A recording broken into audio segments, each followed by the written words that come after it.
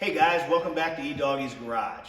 First, let me start off by saying, please subscribe to our channel. If you're watching this video, hit the subscribe button. We have a lot to say. We've got a lot to show you. Besides our 65 Mustang, we've got a whole lot of projects that are sitting here and around the shop that we are going to be doing a variety of different vehicles. We've got a bunch of different stuff that we're building, so we do have a lot to offer. This is the third in 3 episodes that basically surround our 427 Ford Hemi engine. We started off by saying, can we make 800 horsepower? I will tell you this, we didn't make 800 horsepower. So the video really honestly, these 3 videos weren't so much about creating that 800. When you look at the profile of the horsepower curve, that we ran to 7,000 RPMs. We didn't go all the way to 85. We stopped at 7,000. And when you look at the horsepower number and the line, there's over 800 in this engine. 2 things. We're running on our old ECU, our electromotive ECU, and we do believe that with our injectors and a couple of things that we've got going on, we kind of outran the capability of the ECU.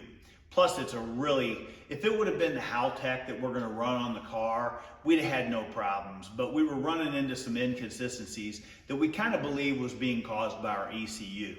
I'm not the computer guy, but based on everything that I watched that was going on, that Chris Nowak and Tony were trying to do on the dyno, it kind of looks like maybe the ECU was holding us back slightly.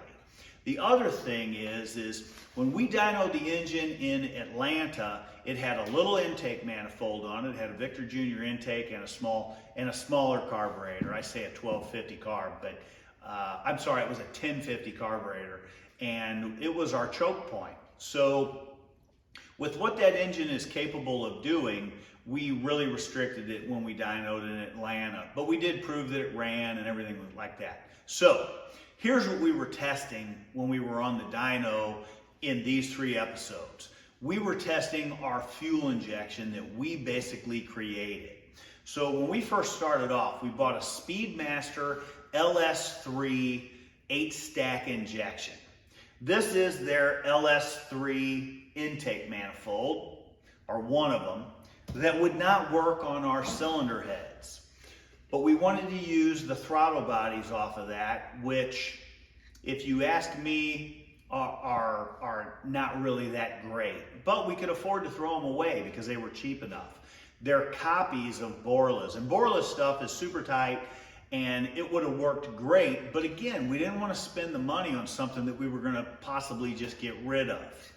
So these are the 3D printed last pieces, 3D printed pieces that we created to get everything under the hood. It created the profile, and you can't tell it totally, but this one is shorter than this one.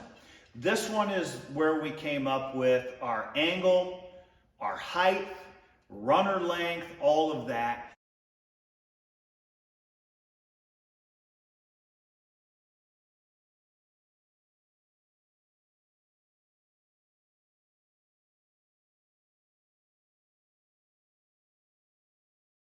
And upon this is what we developed, and then we had our intake manifolds machined into. And I'll show you a picture of that.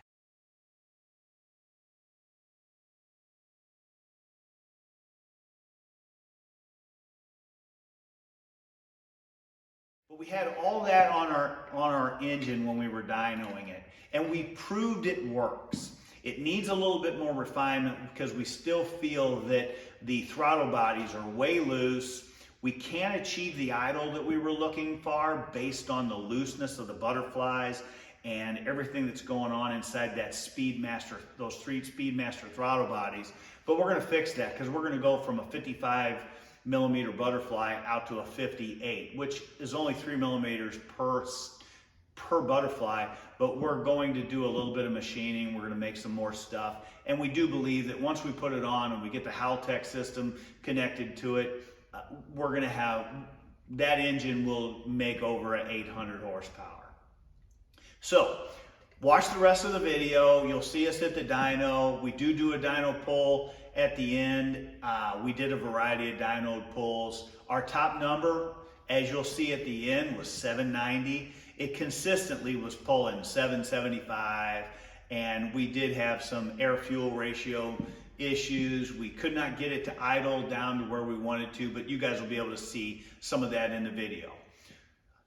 The next video you see, we're going to be putting together our third member. We're going to be putting our third member in our housing that we sent out to have powder coated, and we're going to put on our forgeline wheels and make sure that all of our measurements worked out and our wheels and tires fit under the car. So again, thanks for watching eDoggy's Garage. If you're watching this video, please subscribe. I have a tendency to be a little bit long-winded, but I'm finding out that I do have a lot to say, and we are getting better, and hopefully we'll get better at making these videos. Enjoy our third episode of trying to make 800 horsepower with our 427 Ford Hemi motor. Okay.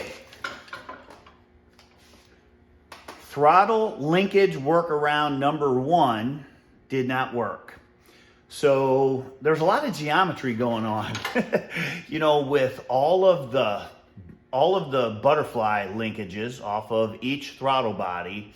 You know, you have things moving, then you got the linkage in between them, and then the bell crank in the very center.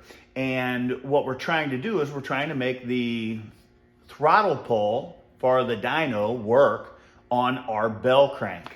And so far I haven't been able to figure it out. So I made this to go off the top of the bell crank so that, you know, it would just pull on it. Looked easy. I figured, man, this is gonna work. I got a great idea. It bound up. I had to trim it all down and it still didn't work. So what we're gonna do is we've got a linkage arm that comes right off of one of the throttle bodies. And I'll show you this after it's all on. But what I'm gonna do is I'm gonna create a piece that just goes on the outside of this. We'll use this piece right here. And it will just lengthen this part. And then I'll put a ball connector down here. And then we'll just pull off of that. And that's gonna work. So I'm gonna go ahead and make one of those. And we picked up racing fuel today. I made a short about that racing fuel. I paid a lot of money for for 10 gallons of racing fuel. So without being, you know, standing on my soapbox, man, we got to do something. This is craziness. But anyway, let's get making our part.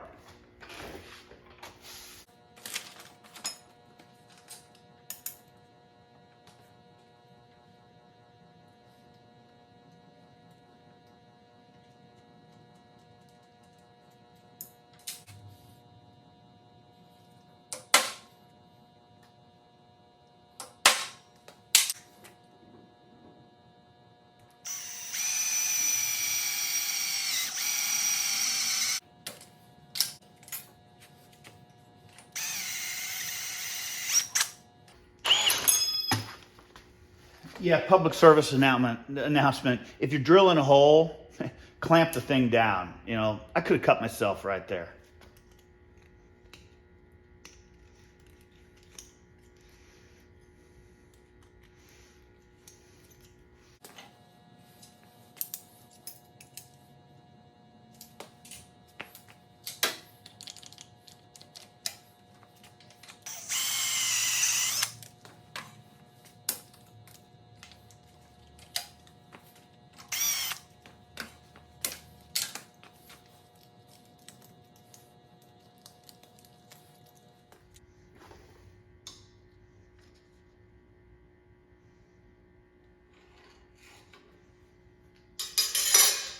I'm just going to go over to the stomp shear and create just a tab, and I'm going to leave it long, and we can trim it off and we can poke our holes where we want to. All right, I trimmed it out with the stomp shear. I'll go over to the belt sander and kind of just radius it up. All right, so there's kind of what I made. What's going to happen is I'll end up putting the linkage back on the throttle body, you know, on the one side. And then this will slide onto the linkage. It'll tie everything together. That's the butterfly shaft. And then this is actually where the heim goes. Then this will get on top of it, bolted together. I ground the crap out of that trying to create space. I cut that nut down really far. So we're gonna use new ones of these. So I went to my local O'Reilly's and went to their high performance rack and I picked up some of these, and then we'll put these down here where again, we're gonna work out our geometry this time rather than me just guessing off the hip. So we got everything, we got our fuel, and we're headed out to the engine shop. All right, here we are. The engine is on the engine cart for the dyno. We've got a lot of our stuff hooked up, and I'm working on creating this linkage adapter so that we can use the throttle pull for the dyno. So that's what I'm doing today, and we'll get that taken care of. That's about the last thing that we've got to do to make it work. And then in the next video, we will show you the engine running on the dyno.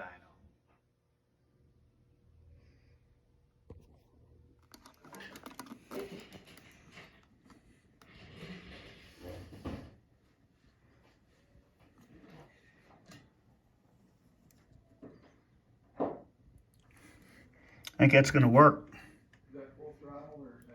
It's close. I mean, my butterflies here are straight up and down.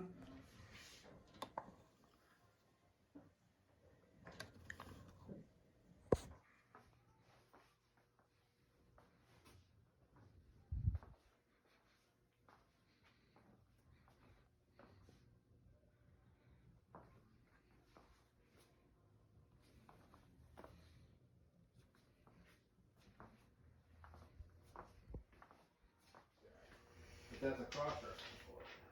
Like the racer's saying that's the same heat range. So one's between the oil pump. Well, did we put?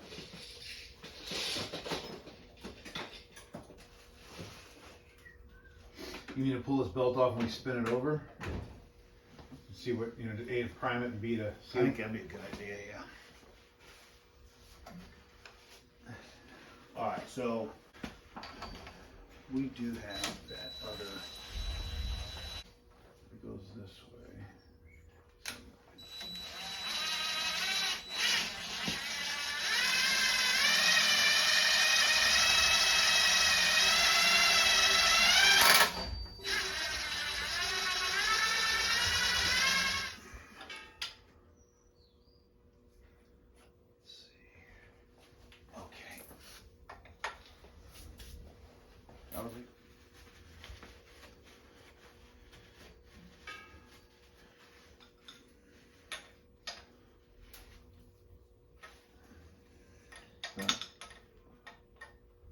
You went.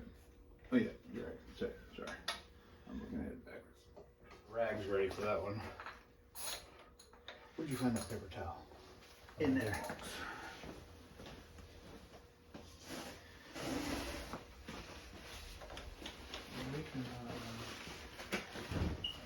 I'm gonna put a potentiometer. Yeah, no, you usually don't let anything hold you back. I was like, I was just on and it was making some steam. Like, the air was good, the roads were still warm. Let's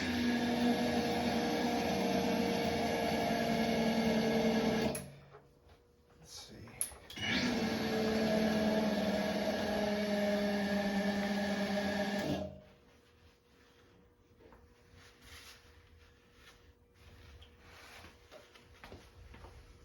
Something's wrong, we don't have any leaks. As bad as things usually go for us. I know. I would say right now we should be suspects. Yeah, that's I just try it again. There's no leaks.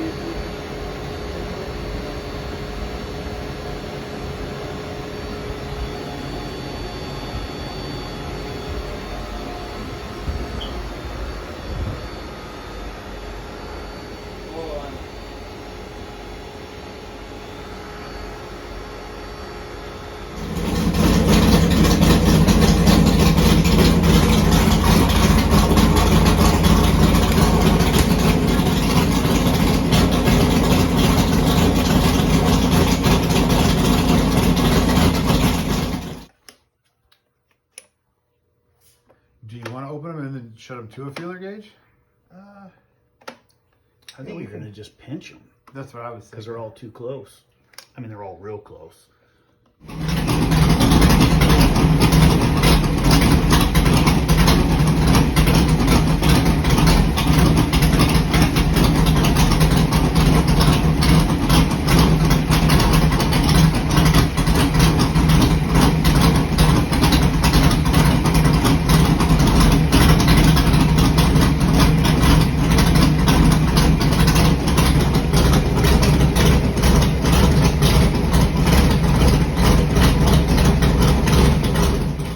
Found that we don't have a very good map signal, so we're doubting our vacuum, how we're creating our vacuum. So we called Kinsler, and we're going to do a direct to each port and then take all that to a common so that we can get our correct map signal. So I'm disassembling the top of the engine so we can do some machining on our intakes.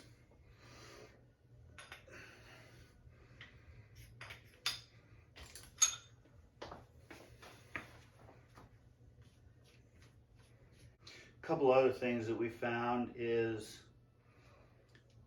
in the valley where where the valley cover is, it's pushing oil out. So we feel like we didn't put a big enough crankcase vent in there.